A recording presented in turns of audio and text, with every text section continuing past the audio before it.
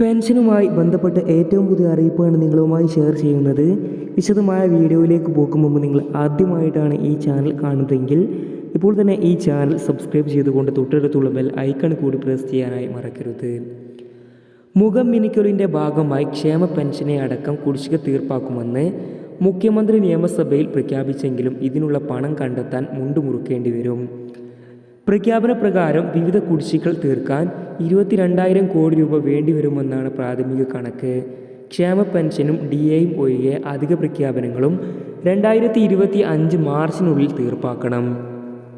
കടമെടുപ്പ് പരിധിയിലടക്കം കേന്ദ്ര നിയന്ത്രണം തുടരുന്ന സാഹചര്യത്തിൽ സംസ്ഥാനം സ്വന്തം നിലയ്ക്ക് അധിക വരുമാനം കണ്ടെത്താതെ നിയമസഭയിൽ നൽകിയ വാക്കു പാലിക്കാനാവില്ല. വിവിധ സേവനങ്ങൾക്കുള്ള നിരക്കുകളിൽ വർധനവ് വരുമെന്ന ഭീതിയും നിലനിൽക്കുകയാണ്. ഇതു സംബന്ധിച്ച് സെക്രട്ടറി തല സമിതി സർക്കാരിന് ശുപാർശ സമർപ്പിച്ചിട്ടുണ്ട്. കിഫ്ബിയും പെൻഷൻ കമ്പനിയും എടുത്ത വായ്പകൾ സർക്കാരിൻ്റെ പൊതുകടത്തിൽ ഉൾപ്പെടുത്തുന്നതോടെ ഈ വർഷവും സംസ്ഥാനത്തിൻ്റെ കടപരിധിയിൽ 5,710 കോടിയുടെ കുറവുണ്ടാകുന്നതാണ്. കേന്ദ്ര ബജറ്റിൽ 24,000 കോടി രൂപയുടെ പ്രത്യേക സാമ്പത്തിക പാക്കേജ് സംസ്ഥാനം ആവശ്യപ്പെട്ടിട്ടുണ്ടെങ്കിലും അനുകൂലമായ സൂചനകളൊന്നും ലഭിച്ചിട്ടില്ല. IGSTയിൽ വലിയ ചോർച്ച കണ്ടെത്തിയെങ്കിലും പരിഹരിക്കാൻ ഇനിയും ഇടപാടുകൾ ഉണ്ടായിട്ടില്ല. 35,000 കോടിയിലേറെ ഈ ഇനത്തിലാണ് നഷ്ടം. 2017 മുതൽ 2021 വരെയുള്ള കണക്കുകൾ മാത്രം പരിശോധിച്ച് എക്സ്പെൻഡിച്ചർ റിവ്യൂ കമ്മിറ്റി റിപ്പോർട്ട് ചെയ്തത് 25,000 കോടിയുടെ നഷ്ടമാണ്.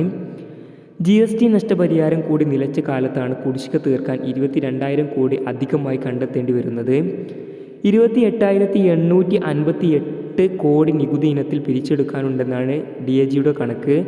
കുറഞ്ഞത് 20,000 കോടി പിരിച്ചെടുക്കാനായാൽ നിലവിലെ പ്രതിസന്ധിക്ക് പരിഹാരം കാണാം. ക്ഷേമ പെൻഷൻ കുടിശ്ശിക 2 വർഷം കൊണ്ട് ഗഡുക്കളായി കൊടുത്തു തീർക്കുമെന്നാണ് മുഖ്യമന്ത്രിയുടെ പ്രഖ്യാപനം. അതായത് 2026 മാർച്ച് മാസത്തോടെയോ ഗഡുക്കളായുള്ള കുടിശ്ശിക വിതരണം പൂർത്തിയാകൂ.